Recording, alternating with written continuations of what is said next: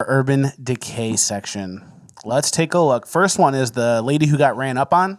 Yeah, this brazen daytime robbery. I think a theme you're going to notice in a lot of this is daytime stuff. So this lady's walking into her house. Guy pulls up out of a car, immediately points a gun.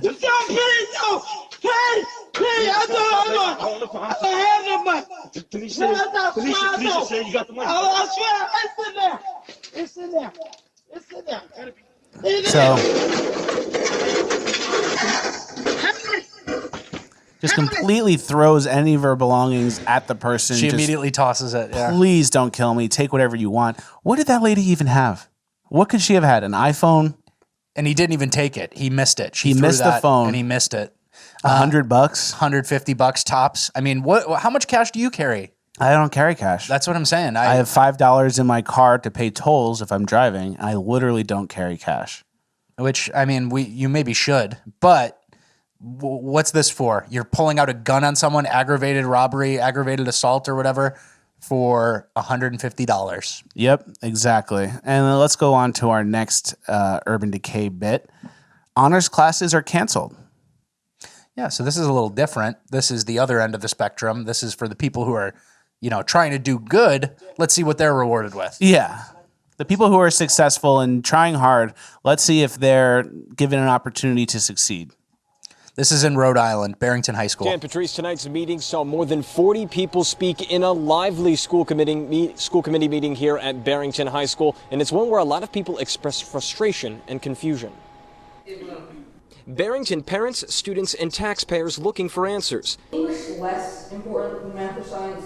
After the school district, widely considered one of the best in Rhode Island, decided to remove certain high school honors courses earlier this month.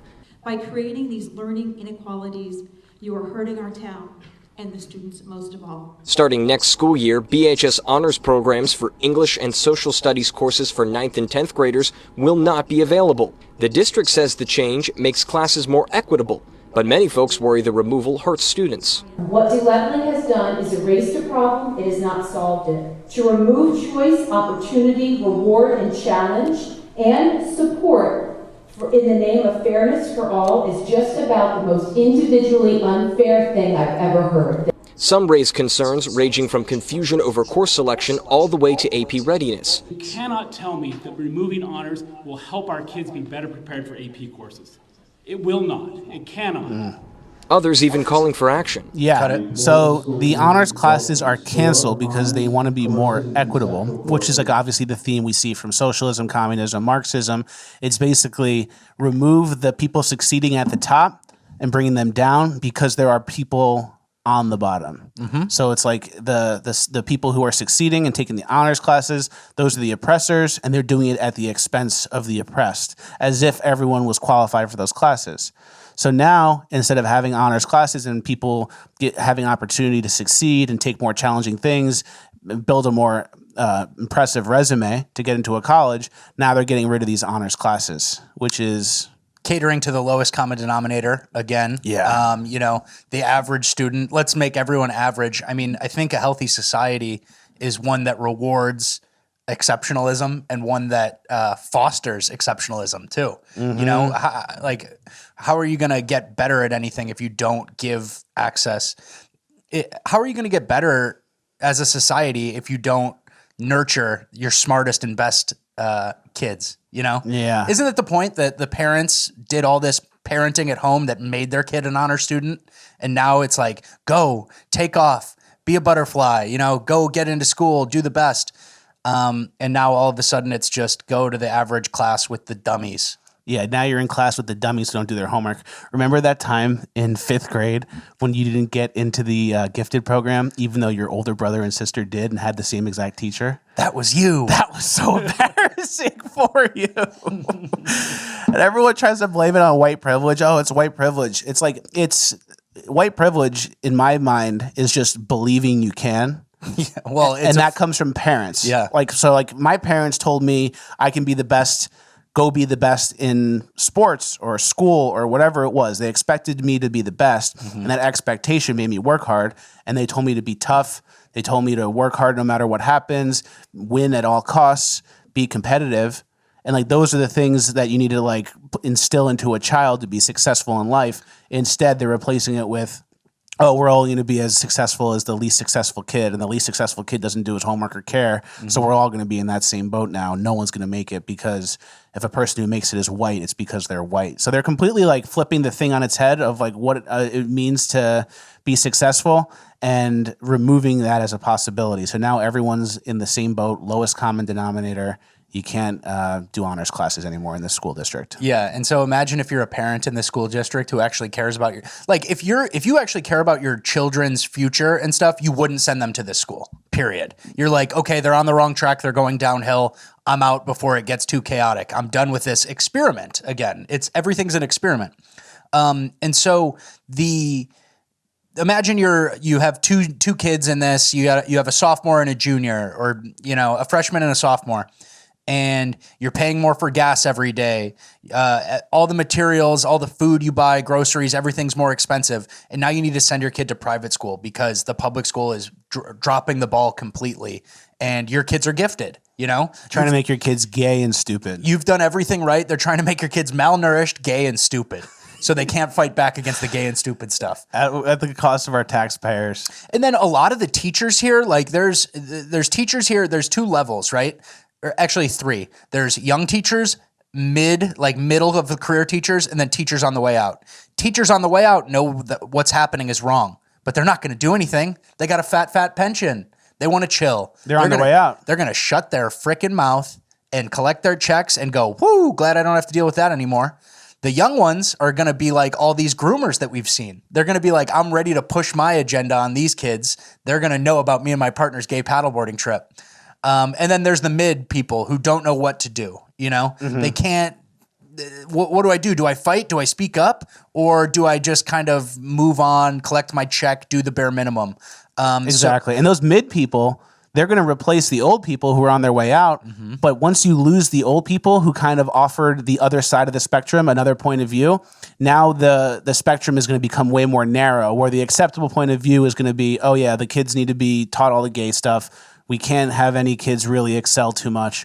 We don't want to feed them meat or whatever it is. So now like the old school views and the teachers that had them, once they go, the mid-level teachers you mentioned, they're not going to hold those values strong and keep those values from the old place. They're going to get watered down. And eventually, once more young students come in, they're going to be a minority, and it's going to be very unpopular to speak out against what's being introduced now. And all of a sudden, 20% of Gen Z is gay. So you're watching the result. You're watching the experiment happen live. And sorry to all those nice parents who have kids at Barrington High School in Rhode Island, because good luck. Yeah.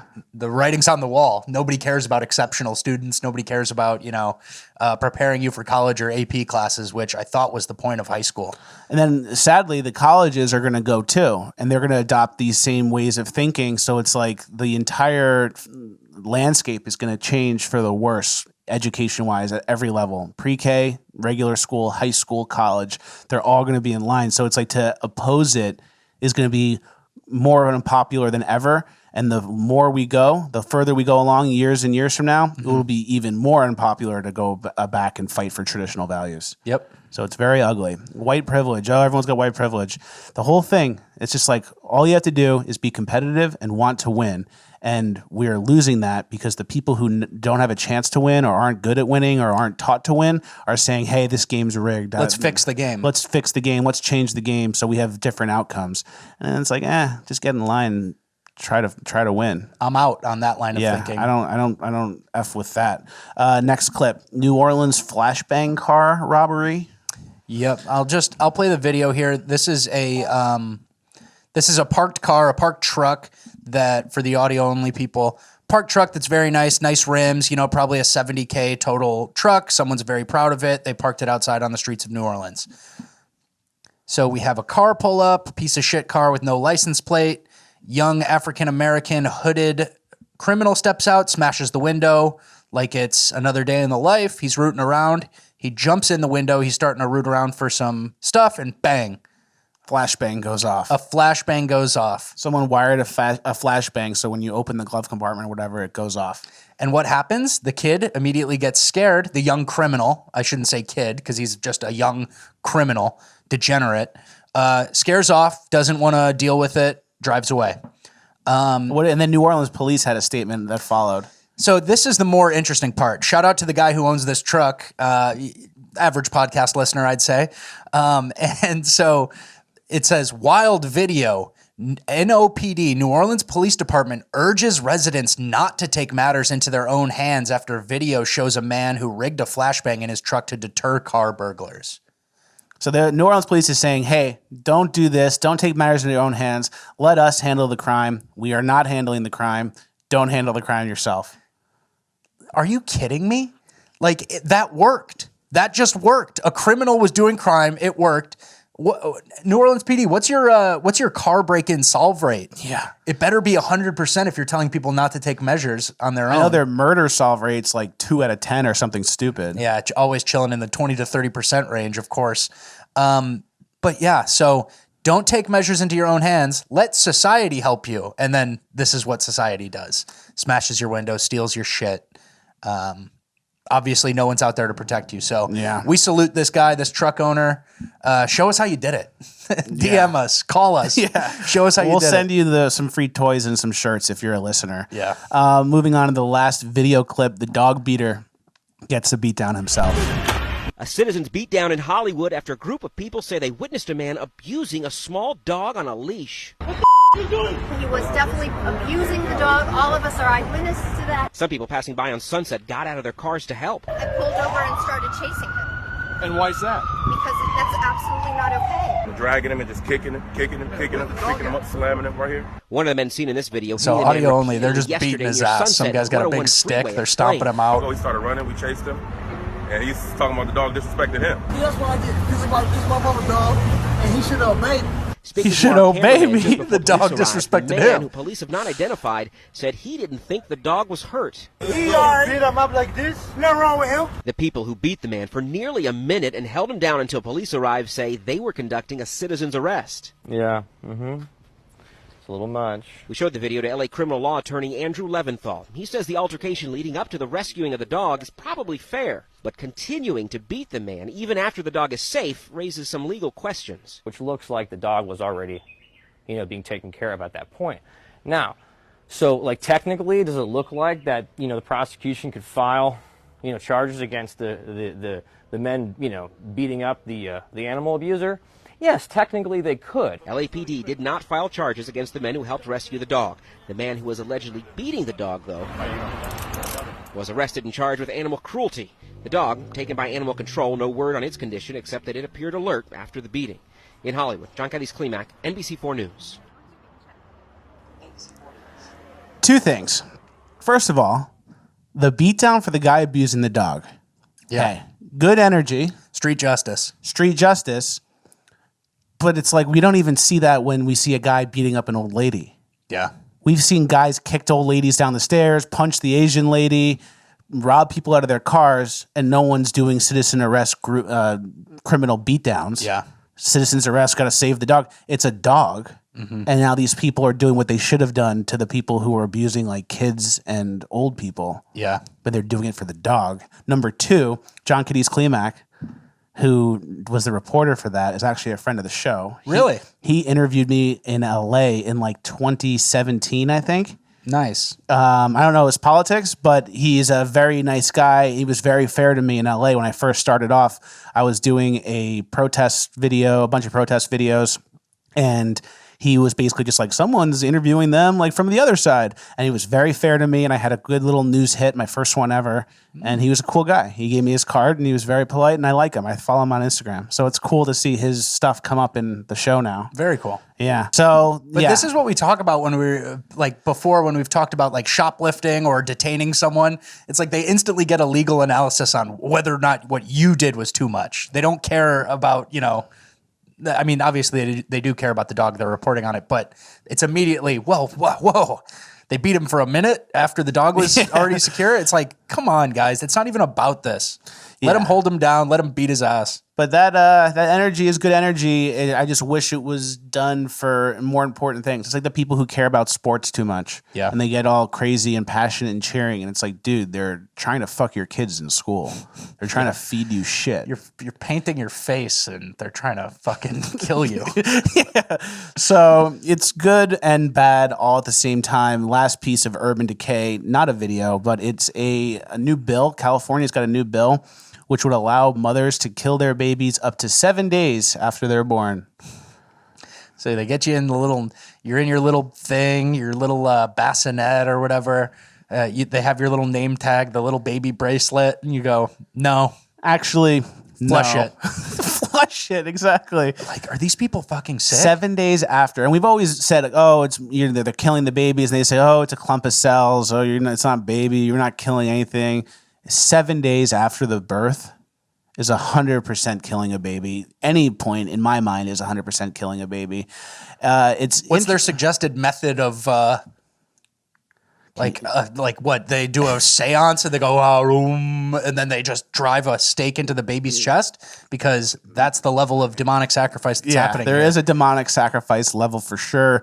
Basically, it's like, whenever I've noticed this, whenever like a state makes abortion illegal or harder to get, another state will always react by saying, oh yeah, you can do it to third trimester here in New York. Oh yeah, you could do it 7 days after birth here in California. Because there is a deal with the devil being made. The unborn children that are being aborted are being sacrificed to the devil, Baal, Baphomet, whatever the term you want to use is.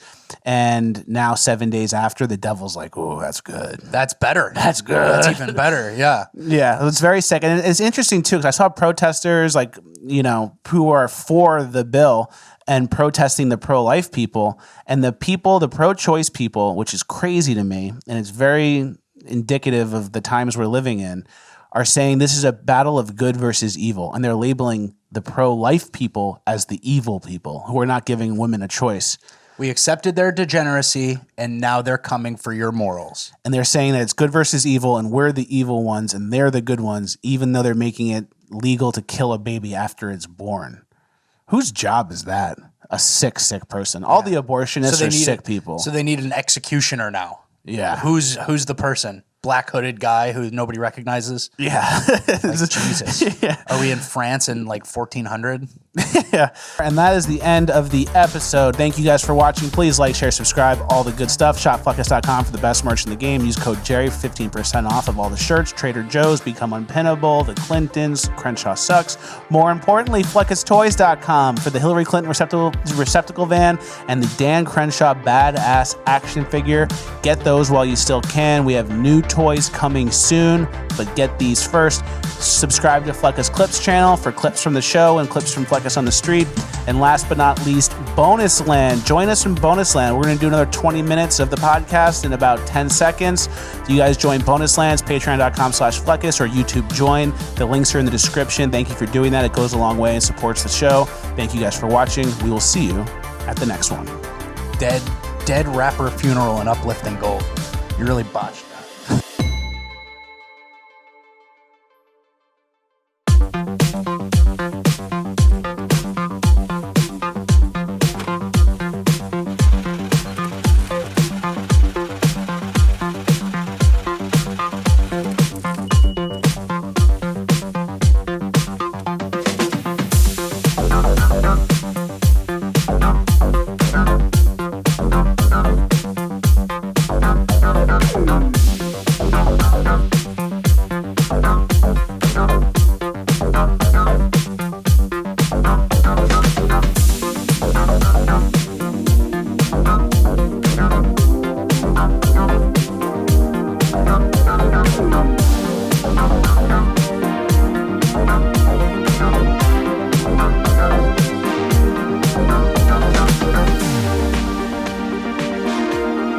I want to show you guys the package I just got from Fleckus.